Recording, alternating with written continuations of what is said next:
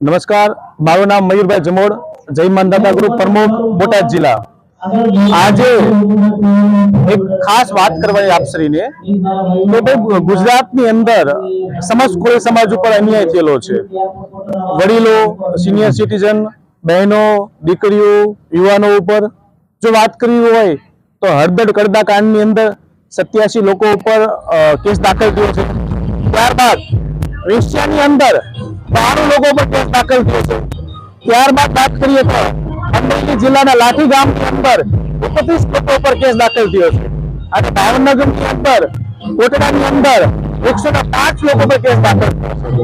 તો સરકારશ્રી દ્વારા પાટીદાર સમાજ અને ક્ષત્રિય સમાજના કેસ પાછા ખેંચતા હોય તો સમસ્ત કોળી સમાજના હળદળ, વિશ્યા, લાઠી અને કોટડાની અંદર જે સમાજ ઉપર કેસ દાખલ થયા છે એ કેસ પાછા ખેંચવા જોઈએ।